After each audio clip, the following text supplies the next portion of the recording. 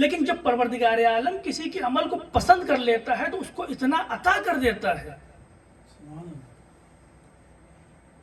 کہ انسان اس کے بارے میں کوئی اندازہ بھی نہیں لگا سکتا.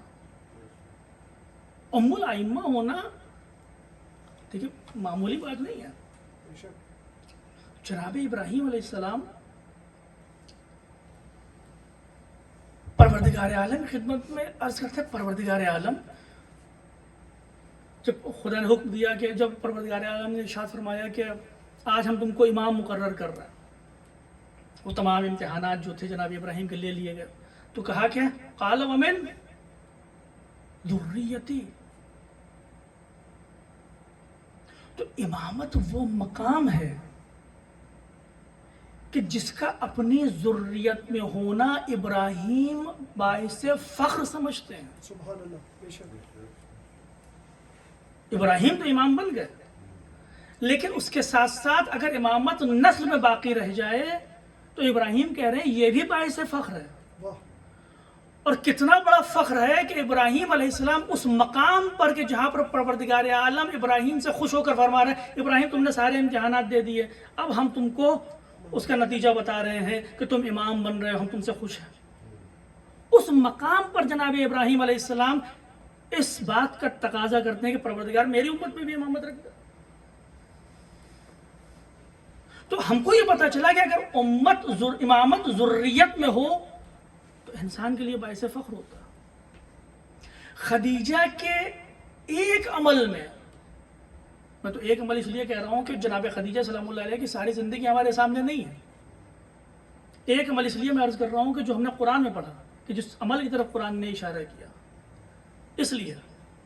لیکن خدیجہ کی نیت میں کتنا خلوص ہوگا کہ بغیر اس بات کے کہ خدیجہ پروردگار عالم سے اس بات کا تقاضا کرے، پروردگار عالم تمام سلسلہ امامت کو خدیجہ کی ذریت میں قرار دے رہا ہے.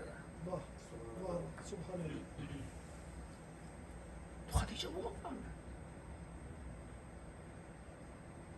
خدیجہ وہ شخصیت ہے. اور ہم کیا سیکھ سکتے ہیں خدیجہ سے؟ ابھی میں نے ایک تمہیدی گفتگو میں عرض کیا کہ پیسوں کا ہو جانا ایک بہت بڑی وبا ہے. بعض اوقات ہم صراط مستقیم سے بھٹک جاتے ہیں، بعض اوقات مسجد کے راستوں سے راستے بدل دیے جاتے ہیں، بعض اوقات مجالس میں آنا مشکل ہو جاتا ہے ہمارے لیے کیونکہ پیسہ بہت ہے. جی.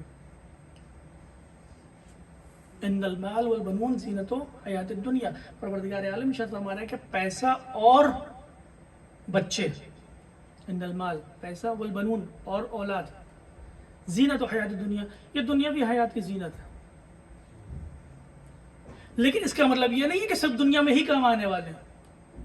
جناب خدیجہ سلام اللہ علیہ نے ہم کو سکھایا کہ کس طرح سے اس زینت دنیا کو ہم زینت آخرت بنا سکتے ہیں. جناب خدیجہ علیہ السلام اللہ علیہ نے ہم کو سکھایا کہ اگر انسان کی نیت خالص ہو، اگر انسان واقعا پروردگار عالم کے لیے کسی کام میں قدم بڑھاتا ہے تو جو چیز خالصتاً دنیاوی ہوتی ہے ہم اس کو بھی اس طرح سے استعمال کر سکتے ہیں کہ اس مال دنیا کو دین اسلام کو دینے کے بعد پروردگار عالم اس مال کو خدیجہ کا مال نہ کہتے ہوئے اپنا مال کہتا ہے. سبحان اللہ. تو وہ مقام ہے. ایک صلاۃ بھیجو پر محمد و آل محمد.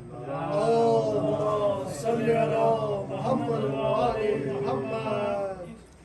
اور بہت سی باتیں جناب خدیجہ سلام اللہ علیہ کے حوالے سے، لیکن چونکہ میں نے کہا تھا کہ ایک پیام، ایک فضیلت جناب خدیجہ کی شخصیت شناسی کے عنوان سے، اور ایک چیز جو ہم جناب خدیجہ سلام اللہ علیہ سے سیکھ سکتے ہیں اپنی زندگی کے لیے، وہ تینوں چیزیں میں نے آپ کی خدمت میں عرض کر دی. ایک فضیلت جناب خدیجہ کی، اور ایک وہ چیز جو ہم جناب خدیجہ سلام اللہ علیہ سے سیکھ سکتے ہیں. جناب خدیجہ اس مقام پر پہنچی نہ صرف اس وجہ سے کہ اپنا مال پیغمبر اسلام کو دے دیا. اگر قرآن کی اس آیت کی تفسیر اس طرح سے کی جا رہی ہے کہ جناب خدیجہ نے پورا مال اپنا پیغمبر اسلام کے حوالے کر دیا تھا تو وہ تفسیر شاید صحیح نہ ہو. ہاں، ان من جملہ موارد میں سے ایک مورد وہ بھی تھا، لیکن در واقع جناب خدیجہ سلام اللہ علیہ اس مقام پر اس لیے پہنچ رہی ہیں کہ محبت رسول آپ کے دل میں تھی. محبت رسول آپ کے دل میں تھی. اور جب محبت رسول اور آل رسول میں اس لیے بڑھا رہا ہوں کہ خود پیغمبر اسلام نے فرمایا کہ جو میں ہوں وہی میری آل ہے. اور قرآن کی آیت کی جس کو ہم ہر نماز کے بعد پڑھتے ہیں، خاص طور سے جماعت کے بعد، ان اللہ و ملائکتہ یصلون علی النبی یا ایھا الذین آمنوا صلوا علیہ وسلموا تسلیما.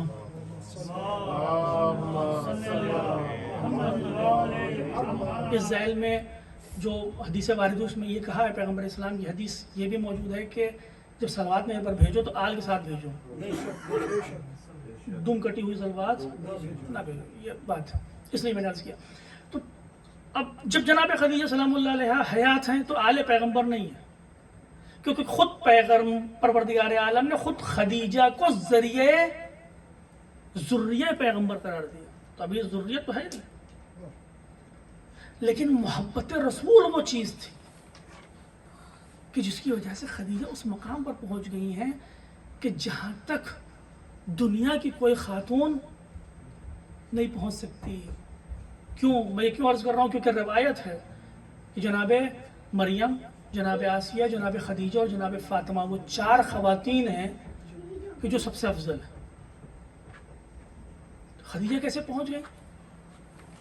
کیونکہ محبت رسول اس طرح سے تھی. اب کوئی یہ کہے کہ صاحب محبت رسول سے عمل تھوڑی ہو جاتا ہے.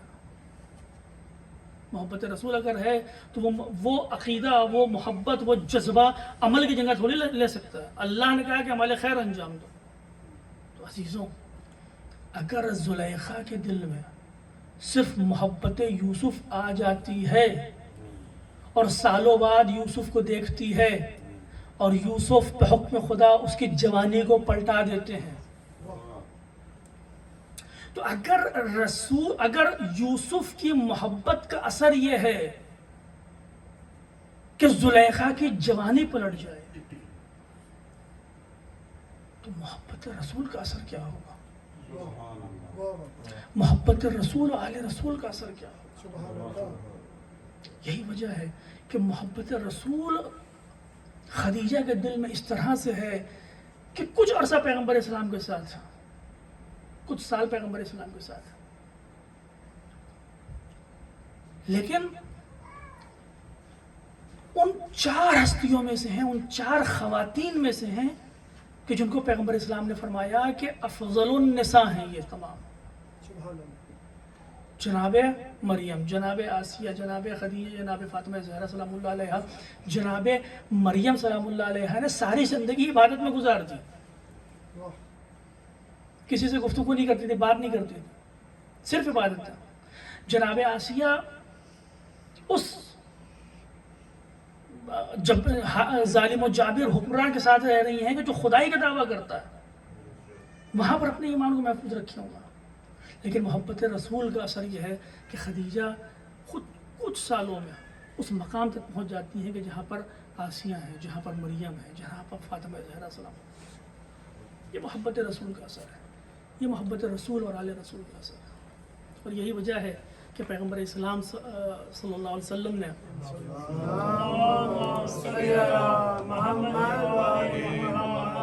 اگرچہ جناب خدیجہ سلام اللہ علیہ کی وفات کے بعد کئی شادیاں کی، لیکن کوئی بھی زوجہ جناب خدیجہ سلام اللہ علیہ کی جگہ نہیں لے سکی.